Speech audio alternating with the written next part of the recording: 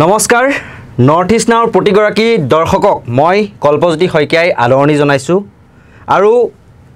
বিভিন্ন সময়ত আমি এনেদৰে মই শ্ৰী কল্পজ্যোতি শইকীয়া আৰু পৰেশ মালাকাৰ ডাঙৰীয়াই আপোনালোকৰ মাজলৈ আহোঁ আৰু বিভিন্ন সমাজত ঘটি থকা বা সামাজিক মাধ্যমত ব্যাপক চৰ্চা চলা বা সমাজত কি ঘটি আছে সেই সন্দৰ্ভত মই কিছুমান প্ৰশ্ন কৰোঁ আৰু সেয়া বিশ্লেষণ আকাৰত পৰেশ মালাকাৰ ডাঙৰীয়াই উত্তৰ দিয়া আৰু এই অনুষ্ঠানটোৱে যথেষ্ট দৰ্শকৰ আমি সঁহাৰি পাইছোঁ। বিভিন্নজনে কমেণ্ট ছেকশ্যনত এই অনুষ্ঠানৰ শলাগ লোৱা আমি দেখিবলৈ পাইছোঁ আৰু বহু শুভাকাংক্ষীয়ে ইতিমধ্যে ফোন কৰিও ছাৰক ফোন কৰি পেলাইও তেওঁক এই অনুষ্ঠানটোৰ বাবে শুভেচ্ছা জনোৱাৰ লগতে এই অনুষ্ঠানটো চলাই নিবৰ বাবে আমাক অনুৰোধ জনাইছে। সেয়েহে আজি আমি এটা বৰ্তমান সময়ত ঘটি থকা এটা ঘটনা আৰু তাক কেন্দ্ৰ কৰি অসমৰ একাংশ মূলসুঁতিৰ সংবাদ মাধ্যমে যি নাটক বা বহুৱালি কিছুমান কৰি আছে এই সন্দৰ্ভত আমি কথা পাতিম। এইখিনি প্ৰথমতে আমি এটা কথা কৈ লওঁ, বিশাল ফুকনেই হওক, স্বপ্নলীল দাসেই হওক বা ৰঞ্জিত কাকতিয়েই হওক বা অন্যান্য XYZ কোনোবা প্ৰবঞ্চকেই হওক, তেওঁলোকে সেবিৰ গাইডলাইন ভংগ কৰি যদি তেওঁলোকে ট্ৰেডিং কৰিছে বা তেওঁলোকে অন্যৰ পৰা ধন লৈ তেওঁলোকে নিজৰ নামত যদি ট্ৰেডিঙত সেয়া যদি বিনিয়োগ কৰিছে, নিশ্চয়কৈ এয়া তেওঁলোকে বেয়া কৰিছে আৰু তেওঁলোকে এই ক্ষেত্ৰত আমি তেওঁলোকক সমৰ্থন নজনাওঁ। সেয়া তেওঁলোকে ভুল কৰিছে আৰু আইনে সেই ধাৰাৰ বা সেই আইনৰ যি ধাৰা আছে বা গণ্ডি আছে সেই আইনৰ গণ্ডিৰ মাজত থাকি তেওঁলোকক শাস্তি বিহিব। কিন্তু তাকে লৈ একাংশ সংবাদ মাধ্যমে এনেকুৱা ধৰণৰ অতিৰঞ্জিতভাৱে বাতৰি পৰিৱেশন কৰিছে বা কাৰোবাৰ ব্যক্তিগত জীৱনত হস্তক্ষেপ কৰি এনেকুৱা ধৰণৰ কথা কিছুমান তাৰমানে যিবিলাক বাতৰি আচলতে কৰিব নালাগে বা সমাজৰ একো উপকাৰ নকৰে সেইবোৰ বাতৰি। সেয়া লাগিলে কোনে কাক কি গিফ্ট দিলে, কোনে ক'ত গ'ল ফুৰিবলৈ, কাৰ লগত কি সম্পৰ্ক পাতি লোৱা, ভায়েকেই নে অন্য সম্পৰ্ক, সেই তেনেকুৱা ধৰণৰ কিছুমান মুখৰোচক বাতৰিয়ে আচলতে মূল ঘটনাটো আচলতে এনেকুৱা ধৰণৰ যে ট্ৰেডিঙৰ নামত ক'লা বেপাৰ যে চলি আছে। হিমন্ত বিশ্ব শৰ্মাই দুৰ্নীতিমুক্ত অসমৰ কথা কয়, কিন্তু এনেকুৱা ধৰণৰ ক'লা বেপাৰ এখন পোহৰলৈ কেনেকৈ আহিল বৰ্তমান সময়ত? ইমান দিনে যে চলি আহিছিল এই বেপাৰখন, মনে মনেইতো চলি আহিছিল। এইবিলাক বিষয়ৰ ওপৰত আলোচনা হ'ব লাগিছিল নে? কোনে কি পিন্ধিছে, কোনে কেইলাখ টকীয়া চোলা পিন্ধিছে, কোনে কেইলাখ টকীয়া কাপোৰ পিন্ধিছে, কোনে কাক কেইলাখ টকীয়া হীৰাৰ আঙুঠি দিছে, এইবিলাক বেছিকৈ আলোচনা হ'ব লাগিছিল। আপুনি টিভিটো খুলিবই নোৱাৰে বা টিভিৰ যিবিলাক সামাজিক মাধ্যমৰ পেজ আছে, ফেচবুক পেজ আছে, সেইবিলাক আপুনি চাব নোৱাৰে। কোনে কাক কি কুমুদ পৰ্যন্ত মানে গিফ্ট দিলে এইবিলাক আচলতে ক'ব নাপায়। অতি নিজ পৰ্যায়লৈ গৈ পেলাই একাংশ বাতৰি পৰিৱেশন হৈছে। আচলতে মই আপোনাৰ পৰা জানিব বিচাৰোঁ, প্ৰথমতেই সংবাদ মাধ্যমৰ দায়িত্ব এয়াই হোৱা উচিত নে? কি ভাবে আপুনি? এইটোত অলপ কথাটো কেইটামান কথা ইয়াৰ লগত জড়িত হৈ আছে। প্ৰথম কথাটো হৈছে এই যিটো কেলেংকাৰী ওলাইছে, এতিয়া যিটো প্ৰবঞ্চনাৰ কথা ওলাইছে, সেইটো হৈছে যে আচলতে ট্ৰেডিং বুলি ক'লে যিটো হয় নহয়, ট্ৰেডিংটো এইটো এটা অবৈধ কথা নহয়, এইটো এটা বৈধ কথা। আৰু এইটো ট্ৰেডিং মানে কি? বিভিন্ন কোম্পানীত ফাইনেন্সিয়েল মাৰ্কেটত মানুহে ইনভেষ্ট কৰে আৰু তাত কোনো ধৰণৰ বেআইনী কথা নহয়। আৰু সেবিত যিবিলাক কোম্পানী, ৰেজিষ্টাৰ্ড কোম্পানী, যিবোৰ অৰ্গেনাইজেশ্যন আছে তাত ট্ৰেডিং কৰে। এইটো আমাৰ অসমত নহয়, ভাৰতবৰ্ষত নহয়, চাৰিওফালে এই বস্তুটো চলে। আৰু একে সময়তে তাৰ কিছুমান এই ধৰণৰ প্ৰবঞ্চকেও এই ধৰণৰ কাম কিছুমান কৰে। গতিকে ট্ৰেডিঙত কোনোবাই পইচা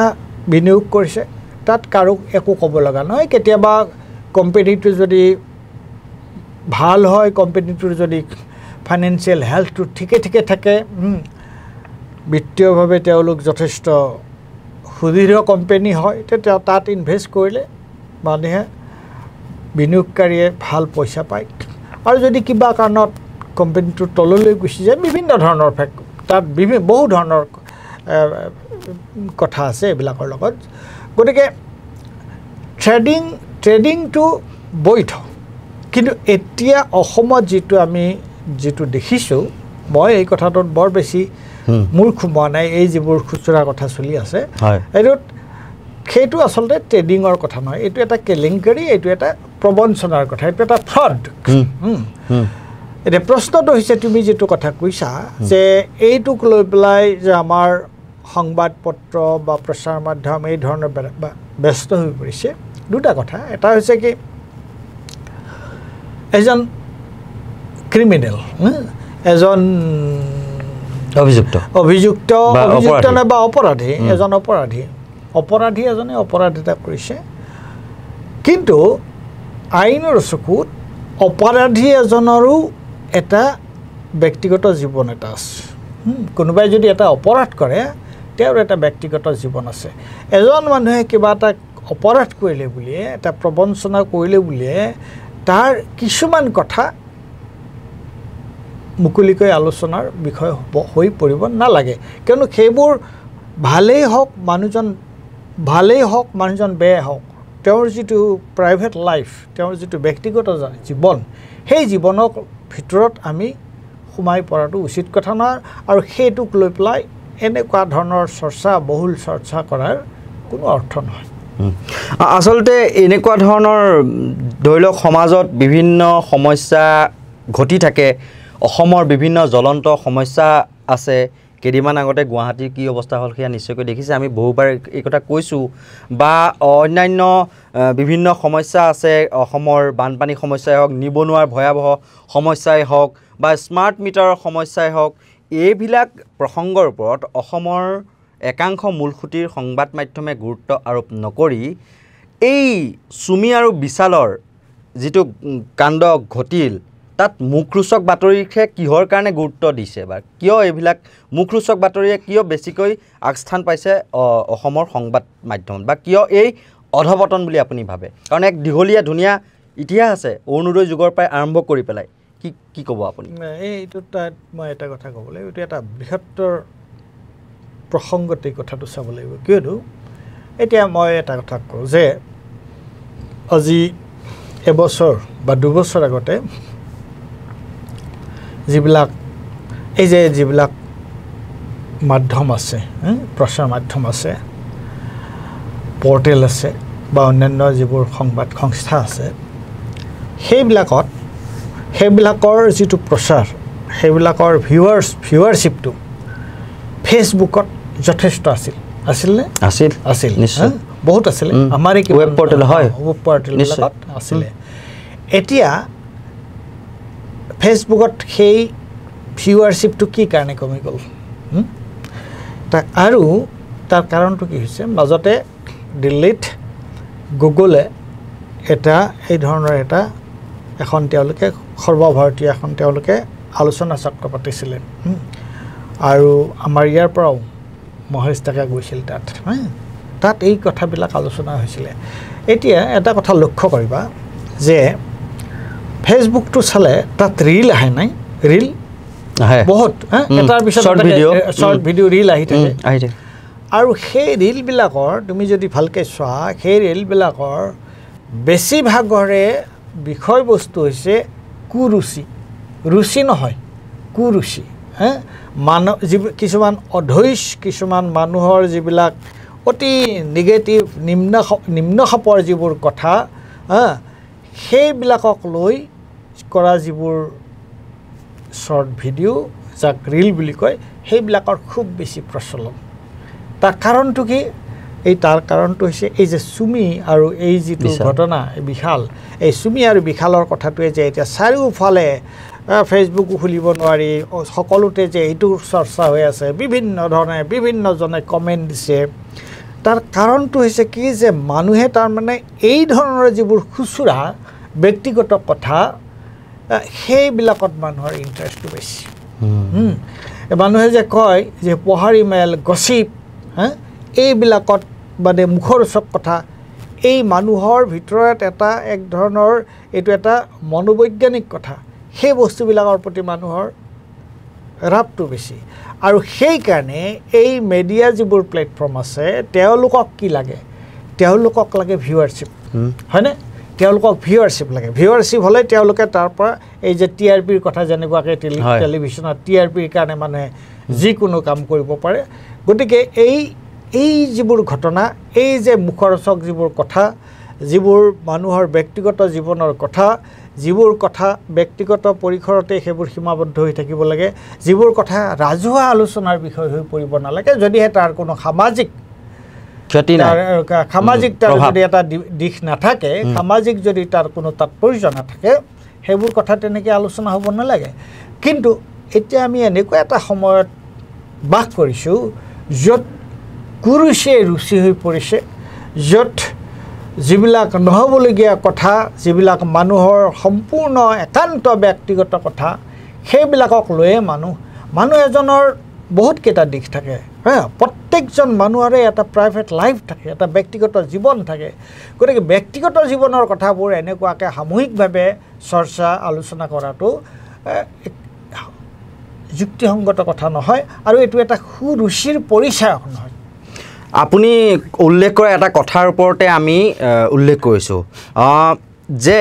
মানুহৰ যিটো এতিয়া চিন্তাধাৰা বা মানুহে যিটো বস্তু চাই ভাল পায় কাৰোবাৰ কুৰুচি সম্পন্ন আপুনি ক'লে যে সেইবিলাক বস্তুৱে বেছিকৈ আহে কিন্তু সংবাদ মাধ্যম হৈছে সমাজৰ দাপোনস্বৰূপ সংবাদ মাধ্যমৰ এইটো দায়িত্ব নাই নে সেই কুৰুচিৰ পৰা ঘূৰাই আনি মানুহৰ মনটো এটা ভাল দিশৰে বা এটা ভাল ট্ৰেণ্ড সৃষ্টি কৰি ভাল বস্তু যাতে ৰাইজে চাওক কি সমস্যাত ভুগি আছে এটা ভাল মাইণ্ডছেট এটা গঢ় দিয়াত সংবাদ মাধ্যমৰ যে ভূমিকা নাই কি ভাবে সংবাদ মাধ্যমৰ ভূমিকাটো চোৱা সংবাদ মাধ্যমৰ ভূমিকাটো কি সংবাদ মাধ্যমৰ ভূমিকাটো হৈছে যিবোৰ সামাজিকভাৱে যিবোৰ তাৎপৰ্যপূৰ্ণ বিষয় যিবোৰ আমাৰ সময়ৰ যিবোৰ প্ৰত্যাহ্বান সেই প্ৰত্যাহ্বানবোৰ চকুৰ আগত দাঙি ধৰিব লাগে যে এতিয়া আমাৰ প্ৰত্যাহ্বানবোৰ কি যে এতিয়া এই যে ভাৰতবৰ্ষত সাংবিধানিক প্ৰমূল্য গণতান্ত্ৰিক অনুষ্ঠানবোৰ কেনেকুৱাকৈ তোমাৰ আক্ৰমণৰ সন্মুখীন হৈছে এতিয়া সেবি এই ট্ৰেডিঙৰ কথা কওঁতে সেবিৰ কথা মই এটা বস্তু এটা পঢ়িছোঁ সেবিৰ যিগৰাকী অধ্যক্ষ এই সেবিৰ অধ্যক্ষৰ বিৰুদ্ধে হিণ্ডেনবাৰ্গ ৰিপৰ্টত কি লিখিলে সেবিৰ বৰ্তমান সেবি যিটো অফিচ সেই সেবি অফিচটোৰ ভিতৰৰ পৰিৱেশটো কেনেকুৱা ধৰণৰ তাৰ কৰ্মচাৰীসকলে এই অধ্যক্ষ মাধৱী বুছৰ এগেইনষ্ট কেনেকুৱা ধৰণৰ কথা কৈছে তে এই যিবোৰ বিষয় য'ত আমাৰ অসমত মুখ্যমন্ত্ৰী এজনে সাংবিধানিক পদত থকা মুখ্যমন্ত্ৰী এজনে তেওঁ কেনেকুৱা ধৰণৰ বিহেভ কৰিছে তেওঁ কেনেকুৱা ধৰণৰ সাম্প্ৰদায়িক উত্তেজনা সৃষ্টি কৰিবৰ কাৰণে তেওঁ কি ধৰণৰ কৰিছে চাকৰি বাকৰিৰ ক্ষেত্ৰত কি হৈছে তোমাৰ মূল্য বৃদ্ধিৰ ক্ষেত্ৰত কি হৈছে মানে এবুৰি যিবোৰ সামাজিক সমস্যা এতিয়া বাতৰি কাকত বা সংবাদ মাধ্যমৰ উদ্দেশ্য হ'ল এইবোৰ কথা ৰাইজৰ চকুলৈ আনা এইবিলাকক মেইন ফ'কাছলৈ আনা আৰু যিবোৰ সঁচা কথা যিবোৰ সত্য সেই সত্যবিলাকক প্ৰকাশ কৰা কিন্তু দুৰ্ভাগ্যৰ বিষয় এইটোৱে যে আজি আমাৰ সংবাদ মাধ্যম সেই অৱস্থাত নাই তুমি জানাই এতিয়া আজি আমাৰ যিটো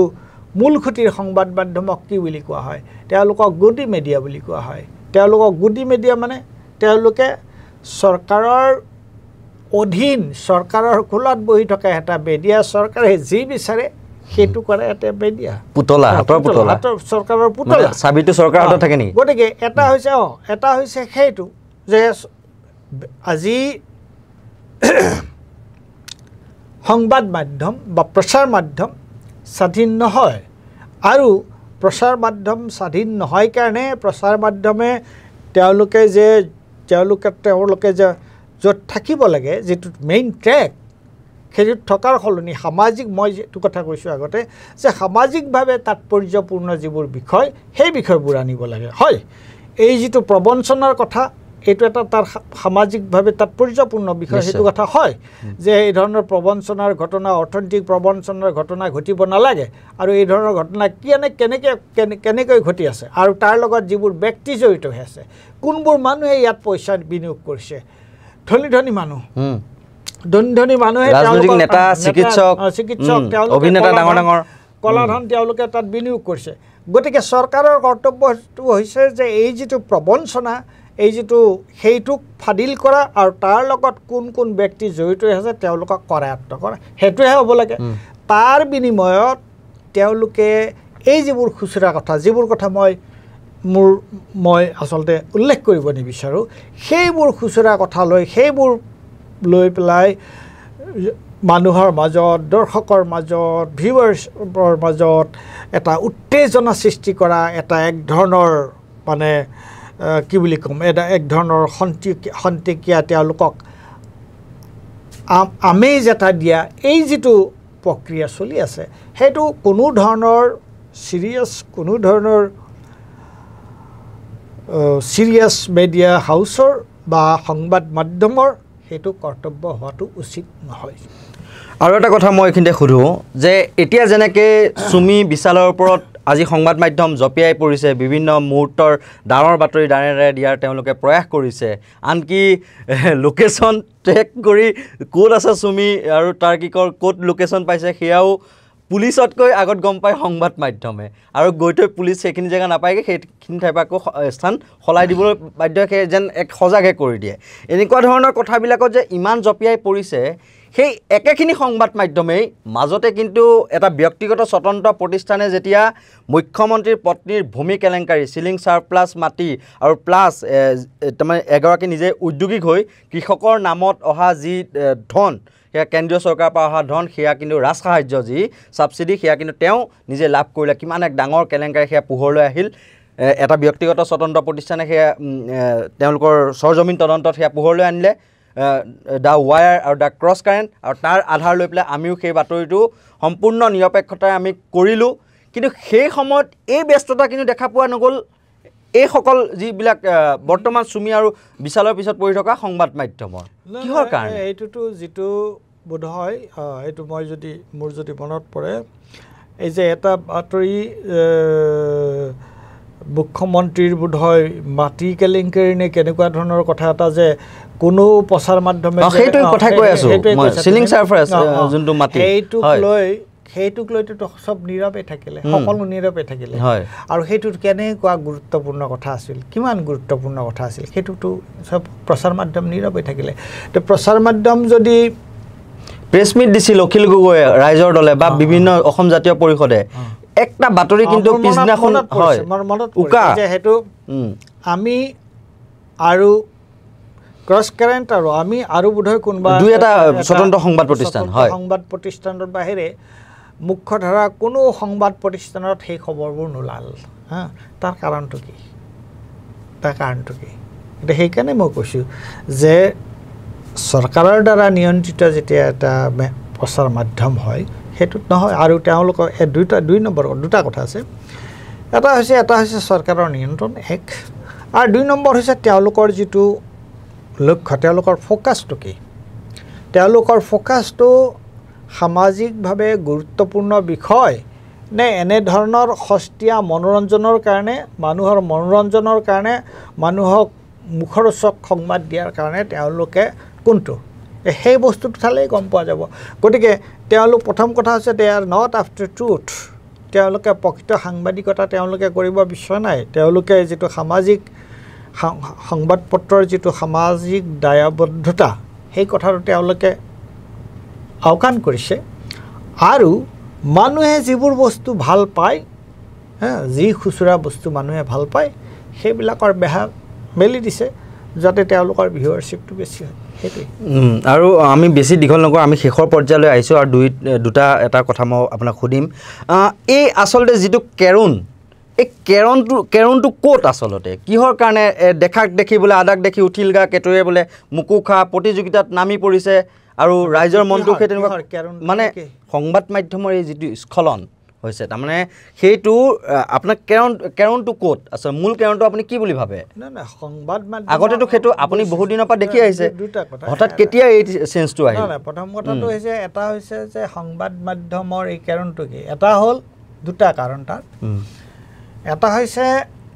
সংবাদ মাধ্যমৰ যিটো পেছাদাৰী যিটো মনোভাৱ হা মই চৰকাৰৰ সপক্ষে বিপক্ষে এইবিলাক কথা ক'বলৈ যোৱা নাই সংবাদ মাধ্যমৰ যিটো পেছাদাৰী মনোভাৱ সেই বস্তুটো নাই এক নম্বৰ আৰু দুই নম্বৰ কথা সংবাদ মাধ্যমৰ যিটো স্বতন্ত্ৰতা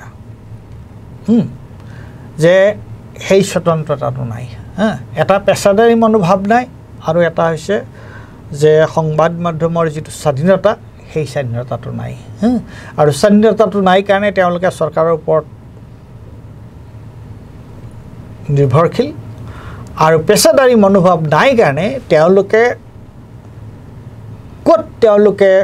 কোনটো কথাৰ ওপৰত তেওঁলোকে গুৰুত্ব দিয়া উচিত কোনটো কথাৰ ওপৰত তেওঁলোকে গুৰুত্ব দিয়া অনুচিত সেই বিবেচনাটো তেওঁলোকৰ নাই সেই কথাটো তেওঁলোকে ঠিক কৰি ল'ব নোৱাৰে আৰু ফলস্বৰূপে যিফালে খুদ বয় সিফালে তেওঁলোকে গুচি যায় এইখিনি মোৰ এটা কথা হঠাৎ মনত পৰি গ'ল সেইকাৰণে মই আপোনাক সুধিছোঁ যে শ্বাহ আলমৰ প্ৰসংগটো মই পুনৰ এবাৰ উল্লেখ কৰিব বিচাৰিছোঁ যে যেতিয়া মুখ্যমন্ত্ৰীয়ে তেওঁৰ নাম সুধিলে আপোনাৰ নাম কি এনেকৈ সুধিলে তেওঁ শ্বাহ আলম বুলি তেওঁ ক'লে যে আপোনালোকে আমাক অসমীয়া জাতিটোক জীয়াই থাকিব দিবনে নাই আপুনি বা মহবুবুল হকে তেনেকুৱা ধৰণৰ কথা ক'লে আপোনালোকে গুৱাহাটীত কৃত্ৰিম বানপানী সৃষ্টি কৰাৰ নিচিনা তেনেকুৱা ধৰণৰ কথা ক'লে সেই সময়ত কিন্তু তেওঁ যিটো প্ৰশ্ন কৰিছিল বৰ অৰ্থপূৰ্ণ প্ৰশ্ন কৰিছিল যে মুখ্যমন্ত্ৰীৰ সমষ্টিটো মাণ্ডাকাটা পাহাৰ বা চাংচাৰী পাহাৰ এইবিলাক কটাৰ ফলত কৃত্ৰিম বানপানীৰ সৃষ্টি হৈছে বা পাহাৰ টকলা কৰা হৈছে সেয়া সেউজ ন্যায়াধিকৰণৰ বিষয়টো যিহেতু পৰিছে তেওঁ প্ৰশ্ন কৰিছিল কিন্তু সেই সময়ত আমি দেখা পালোঁ তেওঁ তাৰমানে পিছফালৰ পৰা একাংশ সাংবাদিকে কৈ আছে যে হ'ব দে হ'ব নুসুধিবি বেলেগ টপিক এনেকৈ ধৰণৰ কৈ আছে আৰু পিছদিনাখন যেতিয়া মুখ্যমন্ত্ৰীগৰাকীয়ে কৈছে মই কেৱল তেওঁৰ নামটোহে সুধিছোঁ নাম সোধাত আপত্তি কি তেওঁ গৰ্বৰে শ্বাহজালাল বুলি কৈ দিলে মানে আলম হয় আচলতে তেওঁ শ্বাহজালাল বুলি কৈছে শ্বাহজালাল বুলি কৈ দিলেই হয় সেই তেনেকুৱা ধৰণৰ এক মন্তব্য প্ৰকাশ কৰিলে সেই সময়ত সাংবাদিকসকলে তেওঁক উভতি প্ৰশ্ন কৰিব নোৱাৰিলেহেঁতেনে সেই সাহস কিয় নোলাল সাংবাদিক প্ৰশ্নটো হৈছে আপুনি বা মই থকাতে নিশ্চয় কৰিলোহেঁতেন মই প্ৰশ্নটো সেইটোৱে কৈছোঁ হয় যে এতিয়া আমি যেতিয়া সংবাদ মেলবোৰ দেখোঁ মন্ত্ৰী বা ডাঙৰ ডাঙৰ বিষয়াসকল বিশেষকৈ মন্ত্ৰীসকলৰ আৰু মূলতঃ আমি বেছিভাগ দেখোঁ মুখ্যমন্ত্ৰীয়ে সংবাদ মেল তাত আমি কেতিয়াবা দেখোঁ নেকি যে কোনোবাই মুখ্যমন্ত্ৰীক সংগত ধৰণৰ প্ৰশ্ন কৰা যে তেওঁ যিটো কথাত কৰিছে তাক মুখ্যমন্ত্ৰীক সেই ধৰণৰ ৰিলেটেড কিবা প্ৰশ্ন কৰে নেকি কোনেওতো নকৰে আৰু যেতিয়াই কেতিয়াবা তেনেকুৱা ধৰণৰ প্ৰশ্ন এটা মুখ্যমন্ত্ৰীক কৰা হয় আৰু তেতিয়াই মুখ্যমন্ত্ৰীয়ে বা তেওঁলোকে ওলোটা উভতা কথা কয় শ্বাহ আলমক যেনেকুৱা ধৰণে ব্যক্তিগতভাৱে আক্ৰমণ কৰিলে এতিয়া সাংবাদিকৰ প্ৰশ্নটো হৈছে কি সেইটোৱে যে সেইদিনা শ্বাহ আলমক মুখ্যমন্ত্ৰীয়ে তেনেকৈ কথা কৈ থাকোঁতে তেওঁৰ লগৰ সাংবাদিকসকলে তেওঁক ক'ব লাগিছিলে যে তেওঁ এটা প্ৰশ্ন কৰিছে তেওঁ আপোনাক এটা প্ৰশ্ন কৰিছে সেই প্ৰশ্নটোৰ উত্তৰ দিয়াৰ সলনি আপুনি তেওঁৰ ধৰ্মত ধৰি আপুনি তেওঁক কিয় অপদস্থ কৰিছে ইয়াত যিটো ফেক্ট সেই কথাটোহে সুধিব লাগিছিলে সেই প্ৰশ্নটো তেওঁৰ লগত থকা অন্যান্য সাংবাদিকসকলে সুধিব লাগিছিলে যে সাংবাদিকসকলৰ কথাটো এনেকুৱা নহয় যে সাংবাদিক আৰু চৰকাৰৰ যিটো এই জনসংযোগ বিভাগ আৰু সাংবাদিকৰ মাজত পাৰ্থক্য আছে জনসংযোগৰ কামটো হৈছে যে চৰকাৰে যি কাম কৰে তাক প্ৰচাৰ কৰা সাংবাদিকৰ কাম সেইটো নহয় সাংবাদিকৰ কামটো হৈছে কি যে চৰকাৰে ক'ত গাফিলতি কৰিছে চৰকাৰৰ ক'ত খেলিমেলি হৈছে চৰকাৰে ক'ত নকৰিবলগীয়া কাম কৰিছে সেইটো চৰকাৰৰ আগত চৰকাৰক প্ৰশ্ন কৰা আৰু যেতিয়াই তেনেকুৱা ধৰণৰ সংবাদ মেল হয় সেই ধৰণৰ প্ৰশ্ন কৰা যিটো প্ৰশ্নৰ উত্তৰ দিবৰ কাৰণে মুখ্যমন্ত্ৰীয়ে হওক বা অন্য মন্ত্ৰীয়ে হওক তেওঁলোক অসুবিধাত পৰিব পাৰে গতিকে তেওঁলোকক জবাবদিহি কৰা তেওঁলোকৰ কামৰ কাৰণে একাউণ্টেবল কৰা সেইটো হৈছে সাংবাদিকৰ কাম সাংবাদিকৰ কাম ভালৰি বোলোৱা নহয় সাংবাদিকৰ কাম মানে প্ৰশংসা কৰা নহয় কিবা এটা ক'লে তুমি সেইটোকে শুনি পেলাই চুপচাপ থকাটো নহয় সাংবাদিকৰ কামটো হৈছে যে চৰকাৰক বা পাৱাৰত যিবোৰ আছে ক্ষমতাসীন চক্ৰক ক্ষমতাত যিসকল আছে তেওঁলোকক কুৱেশ্যন কৰা তেওঁলোকক প্ৰশ্ন কৰা আৰু তেওঁলোকক জবাবদিহি কৰা সেইটোৱে হৈছে সাংবাদিকৰ কাম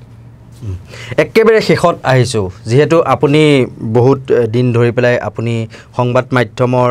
লগত জড়িত নহ'লেও আপুনি বিভিন্ন দিশবোৰ চাই থাকে বিভিন্ন অধ্যয়ন কৰে এই সন্দৰ্ভত আচলতে উঠি অহা যুৱ প্ৰজন্ম যিসকল সৎ নিৰপেক্ষ যিসকল সাংবাদিক বা সাহসী সাংবাদিক সেইসকলৰ প্ৰতি আপোনাৰ পৰামৰ্শ কি হ'ব কিন্তু সঁচা কথা ক'বলৈ গ'লে সামাজিক মাধ্যমতো ছ'চিয়েল মিডিয়াটো কিন্তু যিসকল মূল শক্তিৰ সংবাদ মাধ্যম বৰ বেয়াকৈ সমালোচিত হৈছে যাৰ কাৰণে আজি সাংবাদিকক কিন্তু আজি আগতে যিটো সন্মানৰ চকুৰে চাইছিল বা যিটো ভাল এটা মনোভাৱ আছিল এজন সাংবাদিক বুলি ক'লে সেই মনোভাৱ কিন্তু নাইকিয়া হৈ গৈছে গতিকে উঠি অহা যিসকল নৱ প্ৰজন্মৰ সাংবাদিক সেইসকলক উদ্দেশ্যি আপুনি পৰামৰ্শ দিব একেবাৰে শেষত মই এই ক্ষেত্ৰত এটা কথাই ক'ম যে পৰামৰ্শ দিয়া বা মই আচলতে এই যিটো প্ৰচাৰ মাধ্যমলৈ অহা মোৰ বৰ বেছি দিন হোৱা নাই কিন্তু আপোনাৰ অধ্যয়নৰ ফালৰ পৰা কিন্তু মই প্ৰচাৰ মাধ্যমৰ এক্সপোজাৰ মই প্ৰচাৰ মাধ্যম কি কৰি আছে কি কৰি নাই থকা দেখিছোঁ কিন্তু সাংবাদিক হিচাপে এতিয়া যিহেতু মোকো কোনোবা এজন সাংবাদিক বুলিয়েই ক'ব গতিকে মই তেওঁলোকক কোৱাৰ আগতে মই নিজকে কওঁ এই কথাটো যে মই কেতিয়াবা সত্যৰ আপলাপ কৰিছোঁ নেকি মই মিছা কথা কৈছোঁ নেকি মই নোহোৱা কামটো কৰোঁ যিটো সঁচা নহয় তাক মই দাঙি ধৰিছোঁ নেকি বা মই যেতিয়া এটা কাম কৰোঁ তাত মই সামাজিকভাৱে দায়বদ্ধ হয়নে নহয় মোৰ ভাষা মোৰ কথা মোৰ এই কথাবোৰ ঠিকে আছে নাই গতিকে যিবোৰ ডেকা সাংবাদিক তেওঁলোকৰ প্ৰতি মোৰ এটাই অনুৰোধ যে তেওঁলোকে কেইটামান কথাৰ প্ৰতি গুৰুত্ব দিব লাগিব সেইটো হৈছে তেওঁলোকে সদায় সত্যৰ পক্ষত থাকিব লাগিব সত্যৰ পক্ষত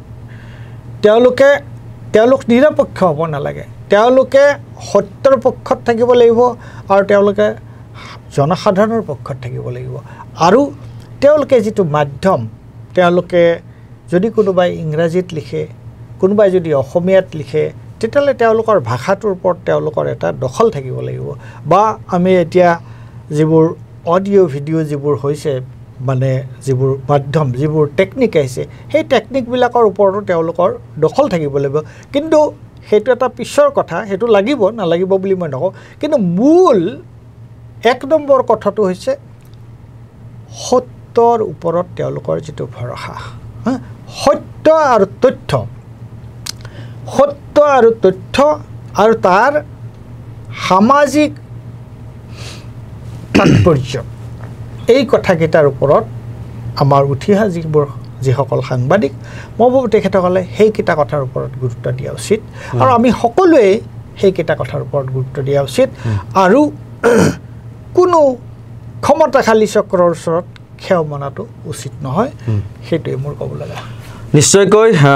বহুখিনি গুৰুত্বপূৰ্ণ কথা ইতিমধ্যে পৰেশ মালাকাৰ ডাঙৰীয়াই আপোনালোকলৈ বুলি আগবঢ়াই দিলে আৰু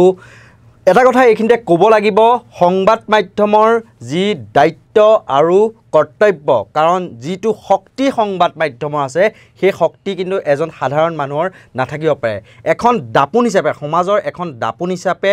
থিয় দিয়ে সংবাদ মাধ্যমে আৰু এই ক্ষেত্ৰত গণতন্ত্ৰৰ চতুৰ্থ স্তম্ভ হিচাপে আজি চৰকাৰৰ যিসমূহ ভুল নীতি বা ভুল সিদ্ধান্ত সেয়া লাগিলে বৰ্তমান সময়ত যিটো ঘটি আছে স্মাৰ্ট মিটাৰৰ কথাই কওক বা নিবনুৱা ভয়াৱহ সমস্যাৰ বিষয়ে কওক বা ৰাজহুৱা সম্পত্তি ব্যক্তিগত প্ৰতিষ্ঠানৰ হাতত অৰ্পণ কৰাৰ প্ৰসংগই হওক বা আকাশলংঘী মূল্যবৃদ্ধিৰ ফলত সাধাৰণ ৰাইজৰ যি জুৰুলা অৱস্থা সেয়াই হওক সেইবিলাক বিষয়বস্তু